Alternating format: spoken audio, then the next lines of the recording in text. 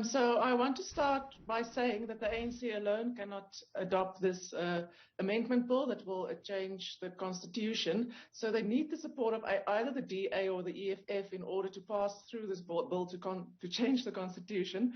The DA has been quite clear that they don't want any form of change to the constitution, so they will not vote with them.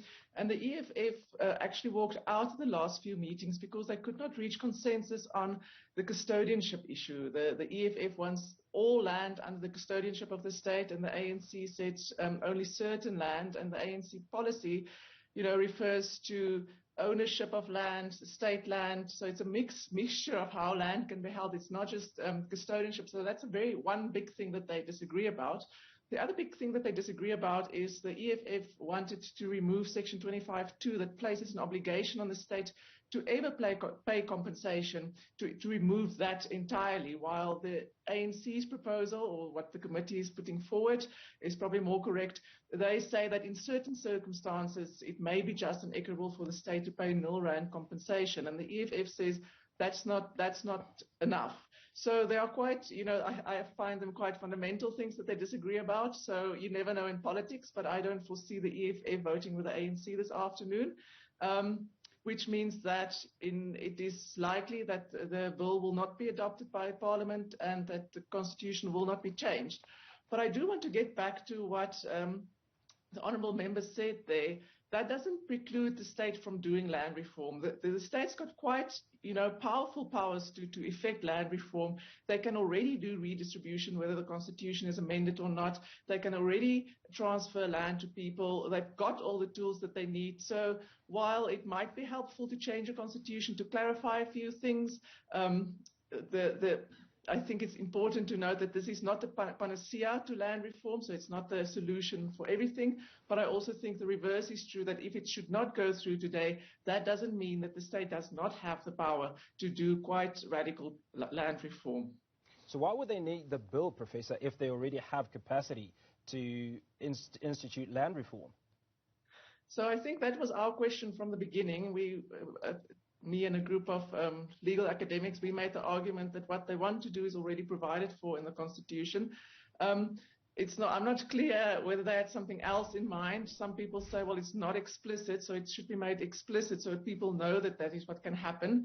Also the making of a constitution is always a political process, so it's also a political contestation on land reform and I think, on a very philosophical level, even who belongs here and who the land belongs to.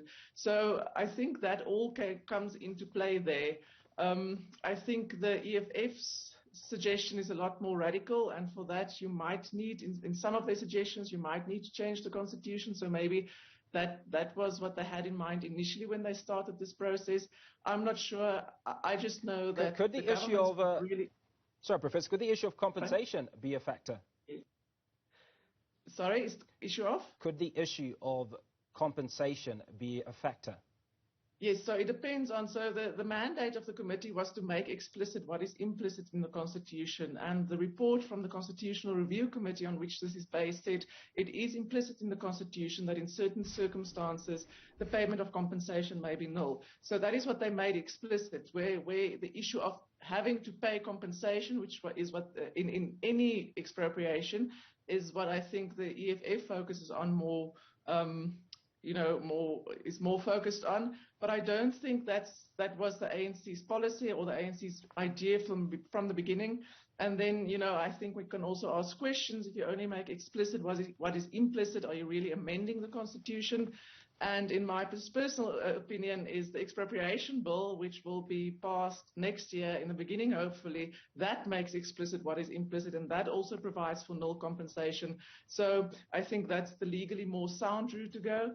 But, the Constitution provides that it can be amended in Section 74, so it's not the end of the world if that happens. It's just important that it happens for the right reasons, in my opinion. Now, MP Mahlatsi talked about equitable distribution of land to its rightful owners.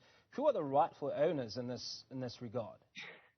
Yes, I think that's the million-dollar question. And I think, you can make up who's the rightful owners will depend on how you view ownership. Do you view the people who were first here as the rightful owners? Do you view the people who work the land as the rightful owners? do you view the people with a title deed as rightful owners? I think that's a more pertinent question that we can ask. But I also think in some sense, if you go into into property theory, you learn that these are stories that you make up to get a certain end. But I think what is very important that she said is we do need equitable redistribution of land. We need to see the spatial pattern of South Africa land changing. We need to see that 87-13 thing that we always started with in apartheid, that change even more. That has changed quite a lot over the past few years, but it needs to change more. So I do think that needs to happen. But as I said before, the state already has the tools to do that. Whether the constitution is amended or not, that doesn't mean that the amendment or the process is totally insignificant. I think we had interesting conversations. It put land reform in the public imagination again. There's movement there. So there is something to be said, even if it doesn't get passed today, that it did bring this conversation out in the open, which is a very, very important conversation that we should have.